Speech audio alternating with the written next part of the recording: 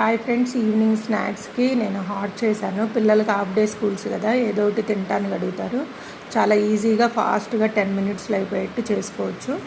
ఇదేంటంటే ఫస్ట్ కొంచెం ఆయిల్, అంటే డీప్ ఫ్రైకి సరిపడిన ఆయిల్, ఒక 2 కప్పుల ఆయిల్ వేసుకుని ఫస్ట్ సగ్గుబియ్యం వేయించేసుకోవాలి. తర్వాత అటుకులు, నేను 1.5 కప్పు సగ్గుబియ్యం తీసుకున్నాను, 2 కప్పుల అటుకులు తీసుకున్నాను. నెక్స్ట్ తర్వాత 1 కప్పు పల్లీలు తీసుకున్నాను, 1/2 కప్పు జీడిపప్పు తీసుకున్నాను. అట్లానే కొంచెం కరివేపాకు, ఒక 4-5 మన కారానికి తగ్గట్టు మీరు ఎంత తింటారో అంత పచ్చిమిరపకాయలు కట్ చేసి వేసుకోండి.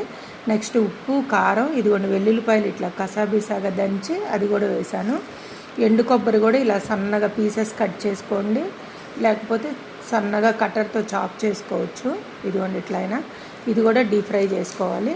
1 by 1 అన్నీ చేసుకుని టిష్యూ పేపర్ మీద వేసేసి ఇట్లా పెద్ద బౌల్ తీసుకుని మనం ముందుగా వెల్లుల్లిపాయలు, కారం, ఉప్పు అన్నీ దంచేసి పెట్టుకోవాలి. ఇవన్నీ ఏం చేసి ఇట్లా వేసుకున్న తర్వాత ఆ వెల్లుల్లి కారం కూడా వేసేసుకుని చక్కగా ఇట్లా కలిపేసుకోవాలి. చాలా బాగుంటాయి. జీడిపప్పులు పిల్లలు తింటారంటే ఇంకా ఎక్కువ వేసుకోవచ్చు, కావాలంటే కిస్మిస్ కూడా వేసుకోవచ్చు. నేనైతే మళ్ళీ స్వీట్ తగిలిద్దని కిస్మిస్ వేయలేదు. మన సగ్గుబియ్యం అటుకులు స్నాక్స్ అయితే రెడీ అయిపోయినాయి. కొంచెం చల్లారగానే బాగా కలిపేసుకోవాలి. చేతితో కలిపితేనే బాగా కలుస్తాయి. కొంచెం గోరువెచ్చగా ఉన్నప్పుడే కలిపేసుకోండి, బాగుంటుంది. కరివేపాకు పిల్లలు తినకపోయినా ఇందులో అయితే చక్కగా తినేస్తారు. స్కూల్ నుంచి రాగానే కాసేపు ఆడుకున్న తర్వాత బౌల్లో వేసిస్తే తర్వాత ఇట్లా బాక్స్లో స్టోరేజ్ చేసేసుకోవచ్చు. నేను కొంచెం చల్లారగానే బాక్స్లో పెట్టేసుకుంటాను. మీరు కూడా ట్రై చేసి ఎలా వచ్చిందో కామెంట్ చేయండి. చాలా కలర్ఫుల్గా ఉంది కదా.